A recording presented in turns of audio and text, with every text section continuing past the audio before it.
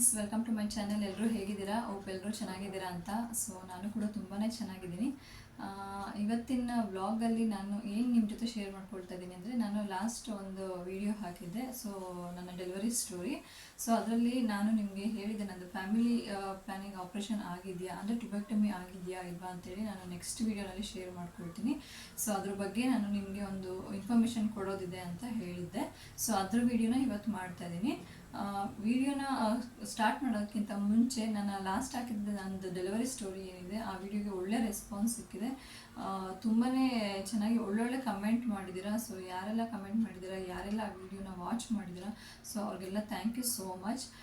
ಹಾಗೆ ನನ್ನ ವಿಡಿಯೋಗಳನ್ನ ಫಾಲೋ ಮಾಡ್ತಾಯಿರಿ, ಒಳ್ಳೊಳ್ಳೆ ಕಂಟೆಂಟ್ ಕೊಡೋದಕ್ಕೆ ಪ್ರಯತ್ನ ಪಡ್ತೀನಿ. ಸಬ್ಸ್ಕ್ರೈಬ್ ಮಾಡಿಕೊಂಡು ನೋಡಿ, ಹಾಗೆ ನೋಡಬೇಡಿ ಅಂತ ಹೇಳ್ತಾ ಸೊ ಈ ವಿಡಿಯೋನ ಸ್ಟಾರ್ಟ್ ಮಾಡ್ತಾಯಿದ್ದೀನಿ. ನಾನು ಟ್ಯುಬೆಕ್ಟಮಿ ಮಾಡಿಸ್ಕೊಂಡಿದ್ದೀನ ಇಲ್ವಾ ಅಂತ ಹೇಳೋಕ್ಕಿಂತ ಮುಂಚೆ ಆ್ಯಕ್ಚುಲಿ ನಮ್ಮ ಒಂದು ಮೈಂಡಲ್ಲಿ ಫ್ಯಾಮಿಲಿ ಪ್ಲಾನಿಂಗ್ ಆಪ್ರೇಷನ್ ಮಾಡಿಸ್ಬೇಕು ಅನ್ನೋ ಥಾಟ್ ಕೂಡ ಇರಲಿಲ್ಲ. ನಮಗೆ ಒಂದು ವಿಷಯ ಮೈಂಡಿಗೆ ಬರೋ ಹಾಗೆ ಮಾಡಿದ್ದೆ.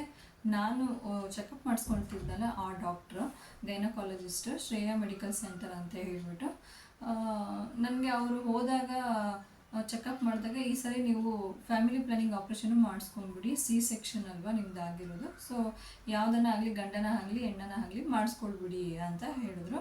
ಸೊ ನಮಗೂ ಆವಾಗ ಆ ಐಡಿಯಾ ಬಂದಿದ್ದು, ಹೌದು ನಂದು ಹೆಂಗಿದ್ರು ಸಿ ಸೆಕ್ಷನ್ ಆಗಿರೋದು, ಸೊ ನಮ್ಗೆ ಹೆಂಗಿದ್ರು ನಾವು ಇಬ್ಬರು ಮಕ್ಕಳು ಸಾಕು ಅಂತ ಅಂದ್ಕೊಳ್ತಾ ಇದ್ದೀವಿ, ಟ್ಯುಬೆಕ್ಟಮಿ ಮಾಡಿಸ್ಕೊಂಡ್ಬಿಡೋಣ, ಸುಮ್ಮನೆ ಮತ್ತೆ ಯಾಕೆ ನೋವು ತಿನ್ನಬೇಕು ಅಂತ ಹೇಳಿಬಿಟ್ಟು ನಾವು ಟ್ಯುಬೆಕ್ಟಮಿ ಮಾಡಿಸ್ಬೇಕು ಅಂತ ಡಿಸೈಡ್ ಮಾಡಿದ್ವಿ.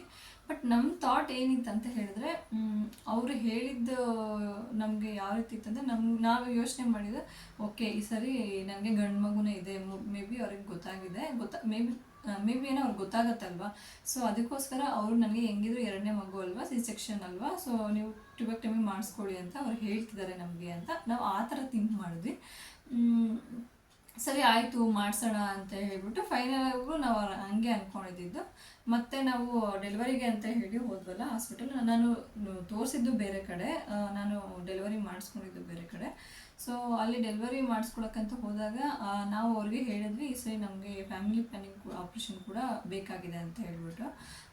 ಅಲ್ಲಿರೋರು ನಮ್ಗೆ ಹೇಳಿದ್ರು, ಇಲ್ಲ ಈಗ ಮಾಡಿಸ್ಕೊಳ್ಬೇಡಿ, ಯಾಕಂತಂದರೆ 1 ವರ್ಷ ಆಗೋ ತನಕ ಮಗುಗೆ ಏನಾದರೂ ಅಬ್ನಾರ್ಮಲಿಟೀಸ್ ಇದೆಯಾ ಅಥವಾ ಏನಾದರೂ ಪ್ರಾಬ್ಲಮ್ ಇದೆಯಾ ಅಂತ ಹೇಳಿ ಗೊತ್ತಾಗೋದಿಲ್ಲ. ಸೊ ಹಾಗಾಗಿ ಇವಾಗೇ ಡಿಸಿಷನ್ ತೊಗೊಳ್ಬೇಡಿ ಅಂತ ಹೇಳಿದ್ರು.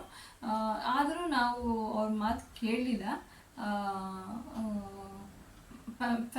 ಇಲ್ಲ ನಮಗೆ ಫ್ಯಾಮಿಲಿ ಪ್ಲಾನಿಂಗ್ ಆಗಿಬಿಡಲಿ, ನಮಗೇನಂತಂದರೆ ಆ ಥರ ಎಲ್ಲ ಏನೂ ಆಗೋದಿಲ್ಲ, ನಮ್ಮ ಮಕ್ಕಳು ಆ ಥರ ಎಲ್ಲ ಏನೂ ಅಬ್ನಾರ್ಮಲಿಟೀಸ್ ಇಟ್ಕೊಂಡು ಹುಟ್ಟೋದಿಲ್ಲ ಅನ್ನೋದು ಒಂದು ಕಾನ್ಫಿಡೆಂಟು. ಸೊ ಹಾಗಾಗಿ ಫ್ಯಾಮಿಲಿ ಪ್ಲ್ಯಾನಿಂಗ್ ಮಾಡಿಸ್ಕೊಳ್ಳೋಣ ಅಂತ ಡಿಸೈಡ್ ಆದ್ವಿ. ಆಮೇಲೆ ತುಂಬಾ ಅವ್ರು ನಮಗೆ ಸುಮಾರು ಒಂದು 2-3 ಸರಿ ಒತ್ತಿ ಕೇಳಿದ್ರು, ಮಾಡಬೇಕಾ ಅಂತ ಹೇಳ್ಬಿಟ್ಟು. ನಿಮಗೆ ಯಾವ ಮಗು ಆದರೂ ಪರವಾಗಿಲ್ವಾ, ಗಂಡಾದರೂ ಪರವಾಗಿಲ್ಲ, ಹೆಣ್ಣಾದರೂ ಪರವಾಗಿಲ್ವಾ, ಮಾಡಿಬಿಡೋದೇನಾ ಅಂತ ಹೇಳ್ಬಿಟ್ಟು, ಹ್ಞೂ ಮಾಡಿಬಿಡಿ ಅಂತ ಹೇಳಿದ್ವಿ.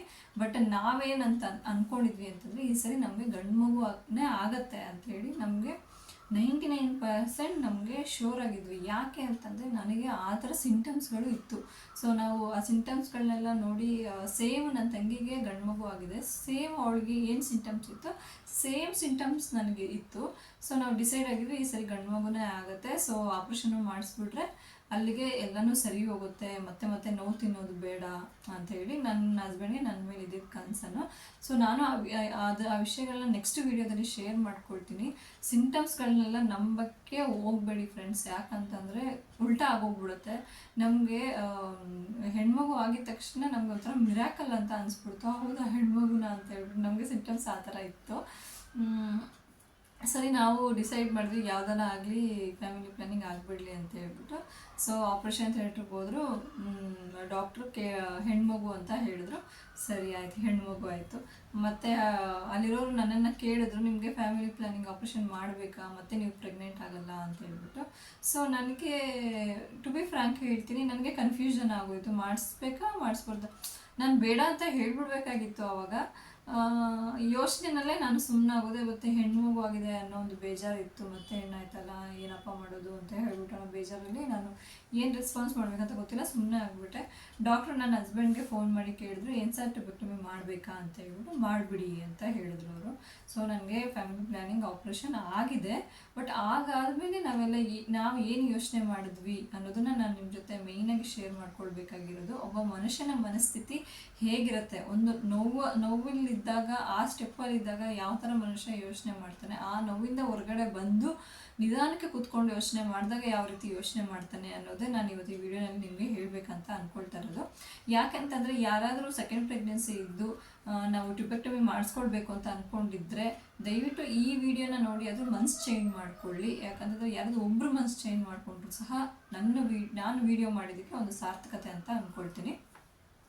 ಸೊ ನಾನು ಈಗ ಹಸ್ಬೆಂಡ್ನ ಕೇಳ್ತೀನಿ, ನೀನು ಯಾಕೆ ನನಗೆ ಫ್ಯಾಮಿಲಿ ಪ್ಲ್ಯಾನಿಂಗ್ ಆಪ್ರೇಷನ್ ಮಾಡಿಸ್ಬಾರ್ದಾಗಿತ್ತು, ಇನ್ನೊಂದು ಮಗು ನೋಡ್ಬೋದಾಗಿತ್ತು ಅಂತೇಳಿ. ಯಾಕೆ ಅಂತಂದರೆ ನಮಗೆ ತುಂಬ ಫೀಲ್ ಆಗ್ತಿರೋದು ಗಂಡು ಮಗು ಇಲ್ಲ ಅಂತೇಳಿ ಫೀಲ್ ಆಗ್ತಿರೋದು. ಯಾಕೆ ಅಂತಂದರೆ ನನ್ನ ಹಸ್ಬೆಂಡು ಕೂಡ ಒಬ್ಬರೇ ಮಗ, ಮತ್ತು ನಮ್ಮ ಮಾವ ಅಂದರೆ ನಮ್ಮ ಹಸ್ಬೆಂಡ್ ಅವರ ಅಪ್ಪ ಇದ್ದಾರಲ್ಲ ಅವರು ಸಹ ಒಬ್ಬರೇ ಮಗ.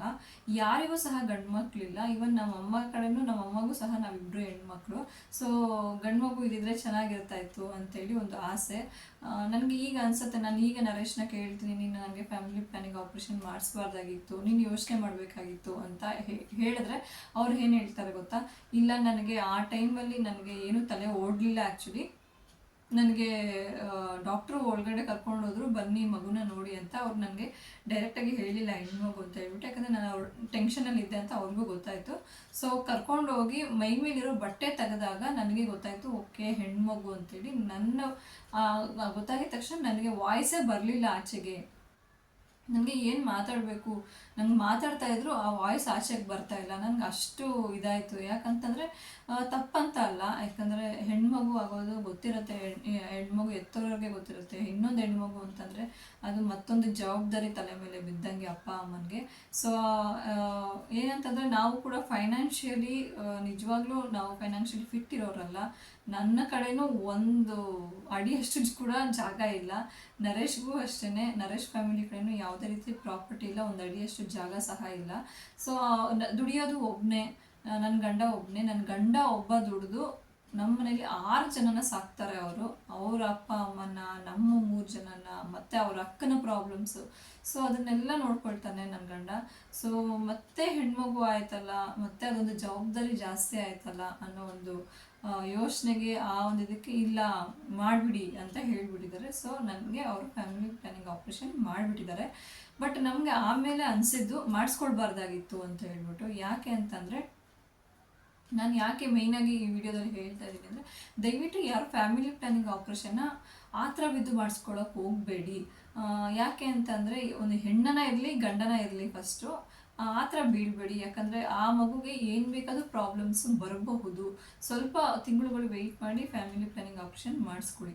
ಅದರಲ್ಲಂತೂ 2 ಹೆಣ್ಮಕ್ಳು ಆಗಿರೋರು, ಅಂದರೆ ಫಸ್ಟು ಹೆಣ್ಮಗು ಇದು ಮತ್ತೆ ಹೆಣ್ಮಗು ಇದ್ದರೆ ದಯವಿಟ್ಟು ಮಾಡಿಸ್ಕೊಳಕ್ಕೆ ಹೋಗಬೇಡಿ. ಯಾಕಂತಂದರೆ ಆಮೇಲೆ ಮತ್ತೆ ನಿಮಗೆ ಅನಿಸುತ್ತೆ, ಇನ್ನೊಂದು ಮಗು ನೋಡ್ಬೋದಾಗಿತ್ತು, ನಾವು ಫ್ಯಾಮಿಲಿ ಪ್ಲ್ಯಾನಿಂಗ್ ಆಪ್ರೇಷನ್ ಮಾಡಿಸ್ಬಾರ್ದಾಗಿತ್ತು ಅಂತ ಹೇಳ್ಬಿಟ್ಟು.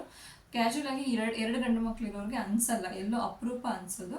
ಈ 2 ಹೆಣ್ಣು ಮಕ್ಳು ಏನಿರ್ತಾರೆ ಅವರಿಗಂತೂ ಪಕ್ಕಾ ಅನಿಸುತ್ತೆ, ಫ್ರೆಂಡ್ಸ್ ನಾವು ಇನ್ನೊಂದು ಮಗು ನೋಡ್ಬೋದಾಗಿತ್ತು, ನಾವು ಫ್ಯಾಮಿಲಿ ಪ್ಲ್ಯಾನಿಂಗ್ ಆಪ್ರೇಷನ್ ಮಾಡಿಸ್ಬಾರ್ದಾಗಿತ್ತು ಅಂತ ಹೇಳ್ಬಿಟ್ಟು. ಇನ್ ಕೇಸ್ ಈಗ ಫ್ಯಾಮಿಲಿ ಪ್ಲ್ಯಾನಿಂಗ್ ಆಪ್ರೇಷನ್ ನನ್ನ ಕೇಸಲ್ಲೇ ತೊಗೊಳ್ಳಿ. ಫ್ಯಾಮಿಲಿ ಪ್ಲ್ಯಾನಿಂಗ್ ಆಪ್ರೇಷನ್ ನನಗೆ ಆಗೋಗಿದೆ. ನನಗೆ ಒಂದು ತಿಂಗಳು ನನಗೆ ತುಂಬ ನೋವು. ಯಾಕಂದರೆ ಜನರಲ್ ಆಡ್ತಾ ಇದ್ದಿದ್ದು ಮಾತು, ಮತ್ತು ಇವರು ಒಬ್ಬರೇ ಮಗ ಅಂತ ಹೇಳೋದು, ಆಸೆ ಇಟ್ಕೊಂಡಿದ್ದು ಚೆನ್ನಾಗಿ ಅವ್ರಿಗೊಂದು ಇದ್ದಿದ್ದೊಂದು ಆಸೆ ಅದು ನೆರವೇರಲಿಲ್ವೇ ಅಂತ ಹೇಳ್ಬಿಟ್ಟು ನನ್ನ ಮೈಂಡಲ್ಲಿ ತುಂಬ ಡಿಪ್ರೆಷನ್ಗೆ ಹೋಗಿದೆ ಅಂತಲೇ ಹೇಳ್ಬೋದು. ನಾನು ಆ ಟೈಮಲ್ಲಿ ಆಪ್ರೇಷನ್ ಮಾಡಿಸ್ಕೊಳ್ಳೋಣ ಅಂತೇಳಿ ಡಿಸೈಡ್ ಮಾಡಿದ್ದೆ. ಸೊ ಆಪ್ರೇಷನ್ ಮಾಡ್ತಾರೆ, ಆಪ್ರೇಷನ್ ಮಾಡಿದ್ರೂ ಕೂಡ ಮಕ್ಕಳಾಗುತ್ತೆ. ಬಟ್ ತುಂಬಾ ಸಕ್ಸಸ್ ರೇಟ್ ಕಡಿಮೆ ಫ್ರೆಂಡ್ಸ್. ಅದರಲ್ಲೂ ಸೆಕ್ಷನಲ್ಲಿ ಏನಾದರೂ ನೀವು ಟ್ಯೂಬೆಕ್ಟಮಿ ಮಾಡಿಸ್ಕೊಂಡ್ರೆ, ನೀವು ಆಪ್ರೇಷನ್ ಮಾಡಿಸ್ಕೊಂಡ್ರೂ ಕೂಡ ತುಂಬಾ ಕಡಿಮೆ ಸಕ್ಸಸ್ ರೇಟು. ಯಾಕೆ ಅಂತಂದರೆ ಫೆಲೋಪಿಯನ್ ಟ್ಯೂಬ್ನ ತುಂಬಾ ಡ್ಯಾಮೇಜ್ ಮಾಡಿರ್ತಾರೆ. ಮತ್ತು ಅದನ್ನು ಜಾಯಿಂಟ್ ಮಾಡಿದಾಗ ನಿಮಗೆ ಲೆಂತ್ ಸಾಕಾಗದೆ ಹೋಗ್ಬೋದು, ಅಥವಾ ನಿಮ್ಮ ಒಂದು ಹಣೆ ಬರ ಕೆಟ್ಟಿದ್ರೆ ನಿಮಗೆ ಅದು ಮತ್ತೆ ಎಕ್ಟೋಪಿಕ್ ಪ್ರೆಗ್ನೆನ್ಸಿ ಆಗ್ಬೋದು. ಎಕ್ಟೋಪಿಕ್ ಪ್ರೆಗ್ನೆನ್ಸಿ ಏನಾದರೂ ಆಯಿತು ಅಂತಂದರೆ ಮತ್ತೆ ನೀವು ಇನ್ನೊಂದು ಸರ್ಜರಿ ಮಾಡಿಸ್ಕೊಳ್ಬೇಕಾಗತ್ತೆ, ಮತ್ತೆ ಇನ್ನೊಂದು ನೋವು ತಿನ್ನಬೇಕಾಗತ್ತೆ. ಸೊ ಇದೆಲ್ಲ ಪ್ರಾಬ್ಲಮ್ ಆಗುತ್ತೆ. ಅಕಸ್ಮಾತ್ ನೀವೇನಾದರೂ ಕರೆಂಟ್ ಆಪ್ರೇಷನ್ ಮಾಡಿಸ್ಕೊಂಡಿದ್ರೆ ಈಸಿ ಅಂತ ಹೇಳ್ತಾರೆ, ಆಪ್ರೇಷನ್ನ ಈಸಿಯಾಗಿ ಮಾಡ್ಕೊಳ್ಬೋದು, ಮತ್ತು ಸಕ್ಸಸ್ ರೇಟ್ ಕೂಡ ಜಾಸ್ತಿ ಅಂತ ಹೇಳ್ತಾರೆ. ಬಟ್ ಈ ಎಕ್ಟೋಪಿಕ್ ಪ್ರೆಗ್ನೆನ್ಸಿ ಏನಾಗುತ್ತೆ ಅಂತ ಹೇಳ್ತಾರೆ. ಸೊ ಆಪ್ರೇಷನ್ ಮಾಡಿಸ್ಕೊಂಡಿರೋರಿಗೆ ಈ ಎಕ್ಟೋಪಿಕ್ ಪ್ರೆಗ್ನೆನ್ಸಿ ಆಗೋದು 2% ಕೊಡ್ತಾರೆ ಡಾಕ್ಟರ್ಗಳು, ಆಲ್ಮೋಸ್ಟ್ ಆಗ್ಬೋದು ಅಂತಲೇ ಕೊಡ್ತಾರೆ. ಸೊ ಆದ್ದರಿಂದ ನಾನು ಹೇಳ್ತೀನಿ, ಆ ಥರ ಬಿದ್ದು ಟ್ಯುಬೆಕ್ಟಮಿ ಮಾಡಿಸ್ಕೊಳ್ಬೇಡಿ. ಯಾಕಂತಂದರೆ ನಾವಂತೂ ತುಂಬಾ ನೋವು ತಿಂದ್ವಿ.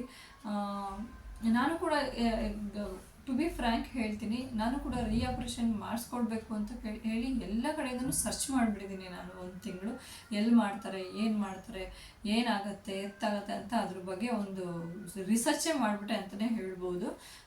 ನಾವು ಅದನ್ನು ವಿಚಾರಿಸಿದ್ವಿ ಕೂಡ, ಎಲ್ಲಿ ಆಪ್ರೇಷನ್ ಮಾಡ್ತಾರೆ, ಎಷ್ಟು ಕಾಸ್ಟ್ ಆಗ್ಬೋದು ಅಂತೆಲ್ಲ ಹೇಳಿ, ಏನೆಲ್ಲ ಪ್ರಾಬ್ಲಮ್ ಆಗ್ಬೋದು ಅಂತೇಳಿ. ಮತ್ತು ನಿಮ್ಮ ಏಜ್ ಫ್ಯಾಕ್ಟರ್ ಕೂಡ ತುಂಬಾ ಇಂಪಾರ್ಟೆಂಟ್ ಆಗುತ್ತೆ. ನೀವು ಇನ್ ಕೇಸ್ ಏನಾದರೂ ಆಪ್ರೇಷನ್ ಮಾಡಿಸ್ಕೊಳ್ಬೇಕು ಅಂತ ಅಂದ್ಕೊಳ್ತಾ ಇದ್ದರೆ ನಿಮ್ಮ ಏಜು ಬಿಲೋ 35 ಇರಬೇಕು. ಬಿಲೋ 35 ಇದ್ರೇ ನಿಮಗೆ ಮತ್ತೆ ಆಗತ್ತಾ ಆಗಲ್ವಾ ಅನ್ನೋದು ಡಾಕ್ಟ್ರುಗಳು ಹೇಳ್ತಾರೆ. ಮತ್ತು ಅವ್ರು ಸುಮ್ಮನೆ ನಿಮಗೆ ಆಪ್ರೇಷನ್ ಮಾಡಿಬಿಡೋದಿಲ್ಲ. ನಿಮ್ಮ ಒಂದು ಎಗ್ ಕ್ವಾಲಿಟಿ ಏನಿದೆ, ಎಗ್ ಕೌಂಟ್ ಏನಿದೆ, ನಿಮ್ಮ ಏಜ್ ಏನಿದೆ, ನಿಮ್ಗೆ ಏನಾದರೂ ಹೆಲ್ತ್ ಇಶ್ಯೂಸ್ ಇದೆಯಾ, ನಿಮ್ಮ ಹಸ್ಬೆಂಡಲ್ಲಿ ಏನಾದರೂ ಹೆಲ್ತ್ ಇಶ್ಯೂಸ್ ಇದೆಯಾ, ಅವ್ರ ಸ್ಪರ್ಮ್ ಕ್ವಾಲಿಟಿ ಯಾವ ಥರ ಇದೆ, ಸೊ ಅದನ್ನೆಲ್ಲ ಚೆಕ್ ಮಾಡಿನೇ ಅವರು ಮತ್ತೆ ಆಪ್ರೇಷನ್ ಮಾಡಿಸೋದು. ಇದು ಒಂದು ಆಪ್ಷನ್ ಆದರೆ, ಮತ್ತು ನಿಮಗೆ ಸೆಕೆಂಡ್ ಆಪ್ಷನ್ ಬಂದು IVF.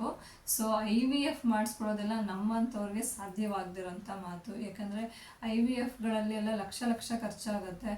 ಅದು ಸಕ್ಸಸ್ ಆದರೆ ಓಕೆ, ಸಕ್ಸಸ್ ಆಗಲಿಲ್ಲ ಅಂದರೆ ನಮಗೆ ಆ ಅಮೌಂಟು ಕೈ ಬಿಟ್ಟು ಹೋಗುತ್ತೆ.